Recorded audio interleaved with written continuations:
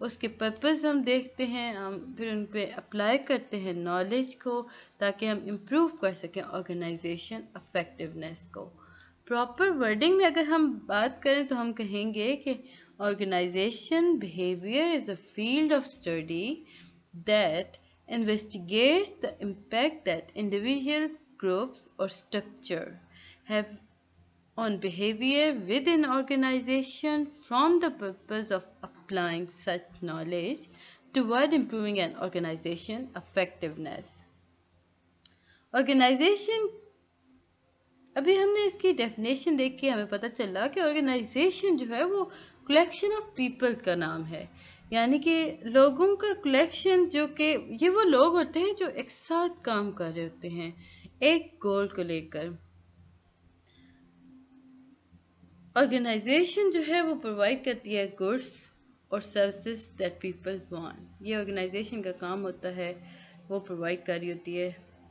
Organization جو ہے وہ obtain کرتی ہے competitive advantages کو outer performing other organization providing similar goods and services، یعنی کہ یہاں پہ ہو کیا رہا ہوتا ہے، ہر آرگنائزیشن دوسرے آرگنائزیشن سے مقابلہ کر رہی ہوتی ہے، ہر آرگنائزیشن اپنے کام کرنے والوں کو بہترین سروسز یا اس جیسی سروسز اور مراد دیتی ہے۔ اب اس سے ہوتا کیا، اب لوگ جو ہوتے ہیں نا، جو زیادہ اچھا پیشکش کرے گا اسی کی طرف جائیں گے اور اچھا کام کریں گے، تو اس اکارڈنگ یہ آرگنائزیشن سسٹم کام کر رہا ہوتا ہے۔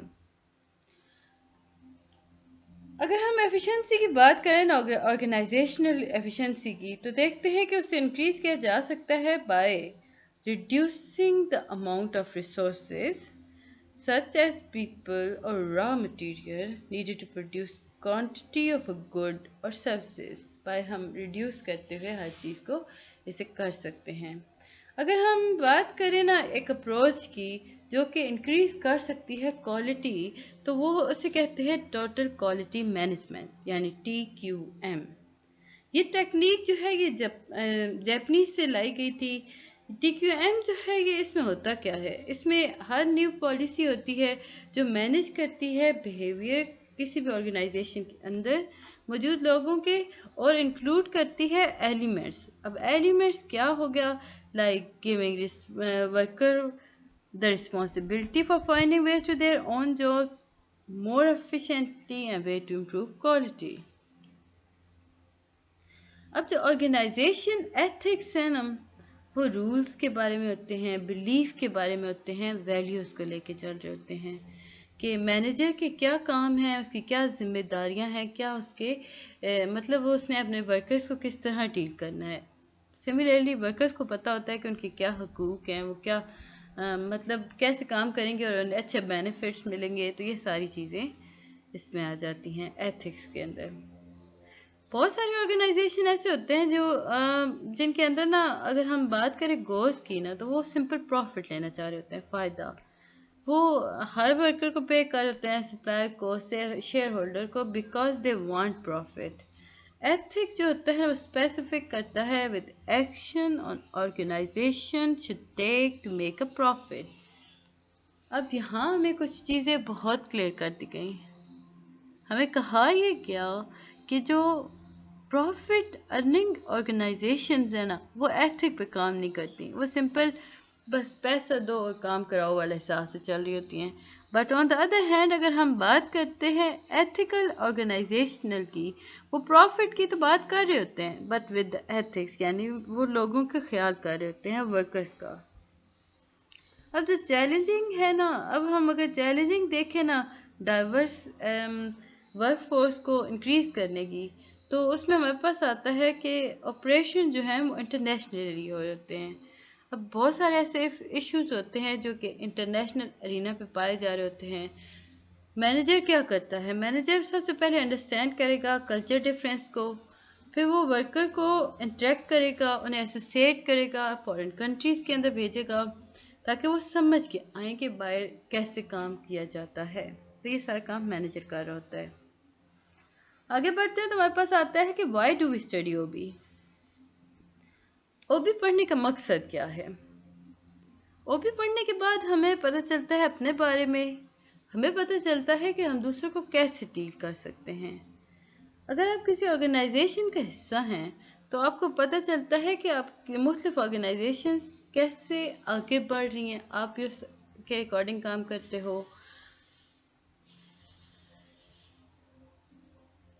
اب جی ہم دیکھتے ہیں the importance of studying organisation behaviour. OB کے بارے میں ہم نے بہت ڈیٹیل میں ڈسکس کیا. تو اوبی کو ہم دیکھتے ہیں تو ہمارے پاس آتا ہے جس چیز پہ فوکس کر ہوتا ہے، وے آف تھنکنگ کو چینج کر رہا ہوتا ہے، ملٹی ڈسپلنری ہمیں بنا رہا ہوتا ہے، ڈسٹنٹلی ہیومنسٹک اورینٹیشن ہو رہی ہوتی ہیں جی with O B. Field of O B is performance oriented اور external environment is seen having specific impact on O be.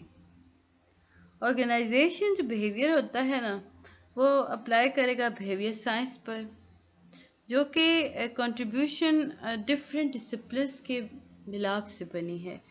تو اسے اب اس میں اگر ہم بات کریں تو سائیکالوجی ہو گئی، سوشیالوجی ہو گئی، سوشل سائیکالوجی ہو گئی، اینتھروپولوجی ہو گیا، پولیٹیکل سائنس ہو گیا. یہ ساری کمبائن کرتی ہیں تو بیہیویئر سائنس ہمارے سامنے آتی ہے. ون بائی ون ہم دیکھتے جائیں گے سائیکالوجی کیا ہے.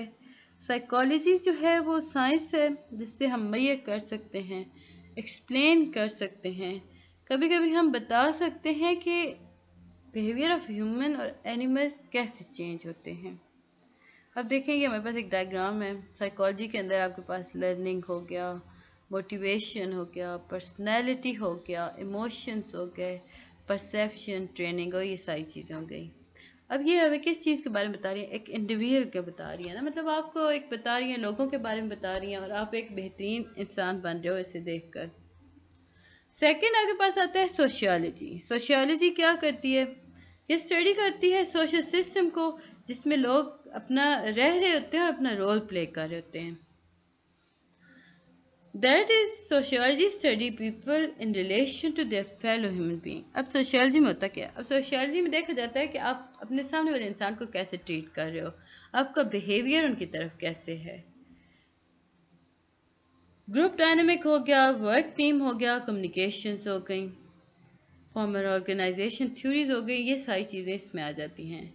سوشل سائیکالوجی یہ ایک ایسا ایریا ہے جس میں ہم سائیکالوجی کی بات کرتے ہیں لیکن with a blend of concept, یعنی کہ ہم سائیکالوجی کو ملا رہے ہوتے ہیں ود سوشیالوجی، یعنی کہ سائیکالوجی اور سوشیالوجی کا مکسچر ہمارے پاس آتا ہے سوشل سائیکالوجی. اب یہ فوکس کرتا ہے انفلوئنس آف پیپل، لوگوں کے انفلوئنس کے بارے میں یہ بات کر رہا ہوتا ہے. اینتھروپولوجی یہ اسٹڈی کرتا ہے سوسائٹیز کے بارے میں، یہ ہمیں بتاتا ہے کہ لوگ کیسے رہتے ہیں، لوگوں کے بارے میں بتاتا ہے، ہم لوگوں کو دیکھتے ہیں، ہم ان کی ایکٹیویٹیز کو سمجھتے ہیں، یہ سارا کچھ ہمیں اینتھروپولوجی بتا رہا ہوتا ہے. پولیٹیکل سائنس یہ اسٹڈی ہے جی بیہیویئر آف انڈیویجول اور group with in a political environment.